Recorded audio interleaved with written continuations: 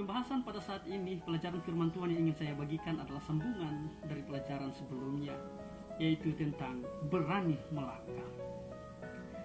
Diambil dari kitab Lukas pasal 19. Ia berusaha untuk melihat orang apakah Yesus itu, tetapi dia tidak berhasil karena orang banyak, sebab badannya pendek. Maka berlarilah ia mendahului orang banyak, lalu memanjat pohon ara untuk melihat Yesus yang akan lewat di situ.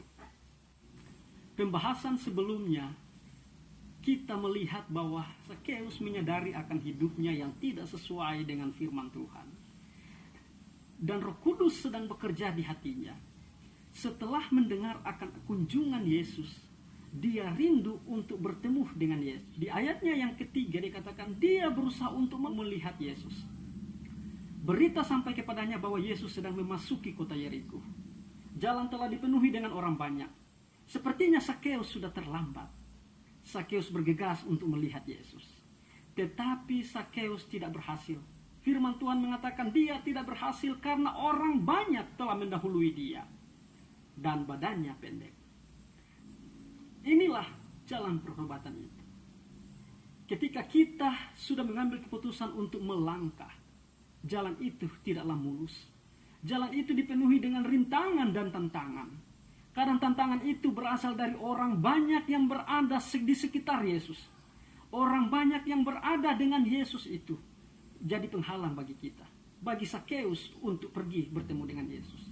Terkadang penghalang itu adalah kelemahan fisik yang kita miliki. Kadang penghalang itu adalah dosa dan kesalahan masa lalu kita.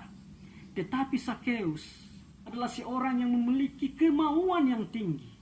Seorang yang memiliki tekad yang kuat di dalam hatinya untuk mau melihat Yesus saja.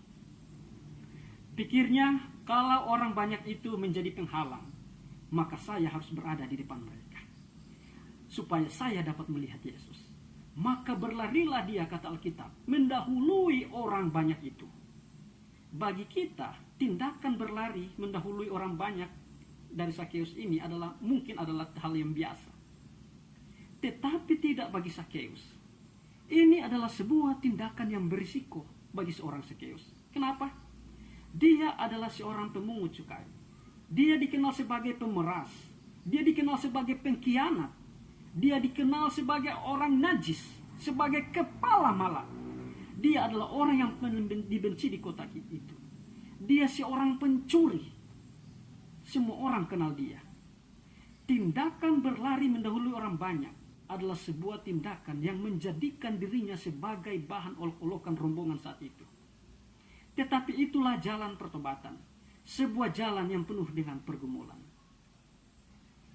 Seperti Sakeus, ketika kita mengambil keputusan untuk bertobat, ini bukanlah keputusan yang mudah.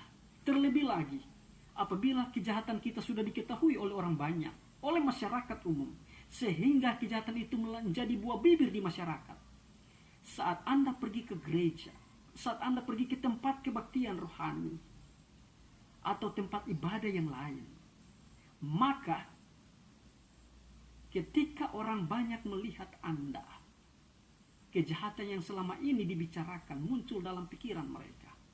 Tetapi seperti yang Sakeus lakukan, jangan peduli dengan orang-orang itu.